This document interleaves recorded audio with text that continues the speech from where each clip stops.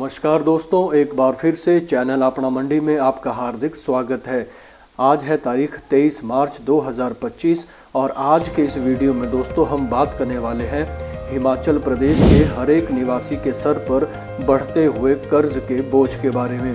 दोस्तों 1 अप्रैल से वित्त वर्ष 2025-26 शुरू होगा, लेकिन उससे पहले ही यानी वित्त वर्ष 2024-25 के खत्म होने से पहले ही हिमाचल प्रदेश सरकार ने हाल ही में 337 करोड़ रुपए का नया कर्ज लेने का फैसला लिया है।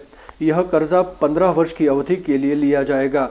इससे पहले इसी महीने सरकार 322 करोड़ रुपए का कर्जा भी ले चुकी है। राज्य पर पहले से ही भारी कर्ज है और इस नए ऋण के बाद कुल कर्जा बढ़कर 96,875 करोड़ रुपए तक पहुंच जाएगा। इस हिसाब से देखा जाए दोस्तों तो हिमाचल में प्रति व्यक्ति कर्जा 1,20,000 रुपए के करीब होगा। राज्य की वित्तीय स्थिति को देखते हुए यह कर्ज एक महत्वपूर्ण मुद्दा बन गया है। मुख्यमंत्री सुखविंदर सिंह सुक्खू की सरकार द्वारा पेश किए गए बजट के अनुसार पूर्ववर्ती भाजपा सरकार ने 31 मार्च 2023 तक हिमाचल प्रदेश पर 76,185 करोड़ रुपए का कर्जा छोड़ा था। वर्तमान सरकार अब तक 29,046 करोड़ रुपए का कर्जा ले चुकी है, जिसमें से 12,266 करोड़ रुपए केवल ब्याज चुकाने में ही खर्च हो चुके हैं और 8,693 करोड़ रुपए विकास कार्यों के लिए उपयोग किए गए हैं।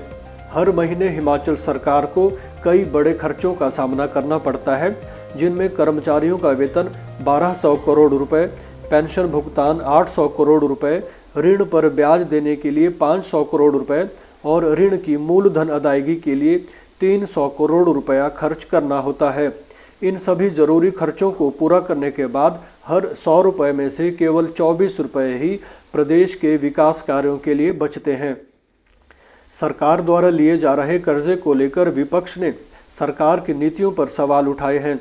भाजपा के वरिष्ठ नेता और पूर्व मुख्यमंत्री जयराम ठाकुर ने इस नए कर्ज पर सवाल उठाते हुए सरकार पर वित्तीय कुप्रबंधन का आरोप लगाया है। जयराम ठाकुर ने कहा कि वर्तमान सरकार 2 वर्षों में 30,000 करोड़ रुपए से अधिक का ऋण ले चुकी है, लेकिन जमीनी स्तर पर विकास कार्यों में इसका कोई भी असर नहीं दिख रहा। सरकार सिर्फ कर्ज लेकर वेतन और पेंशन बांटने में लगी है।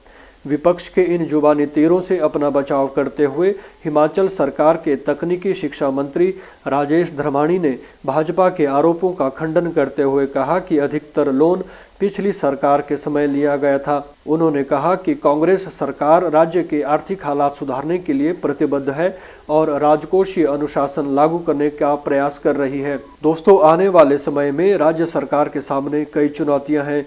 हिमाचल प्रदेश की वित्तीय स्थिति चिंताजनक होती जा रही है। अगर ऋण लेने की यह प्रवृत्ति जारी रही तो आने वाले वर्षों में राज्य की आर्थिक स्थिति और भी खराब हो सकती है। सरकार को इन वित्तीय चुनौतियों का सामना करने के लिए कई कदम उठाने होंगे।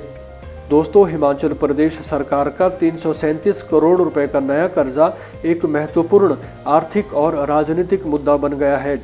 सरकार इसे राज्य की वित्तीय जरूरतों के लिए जरूरी बता रही है, जबकि विपक्ष इसे वित्तीय कुप्रबंधन करार दे रहा है। आने वाले समय में यह देखना दिलचस्प होगा कि क्या सरकार इस ऋण को सही दिशा में उपयोग कर पाती है या यह लोन प्रदेश की वित्तीय स्थिति को और ज्यादा बिगाड़ देगा। दोस्तों क्या हिमाचल सरकार इस कर्ज के संकट से उबर पाएगी? क्या यह कर्जा राज्य के विकास में सहायक साबित होगा या यह सिर्फ एक और वित्तीय बोझ बनकर रह जाएगा? अपनी राय कमेंट में जरूर दें। वीडियो देखने के लिए धन्यवाद दोस्तों।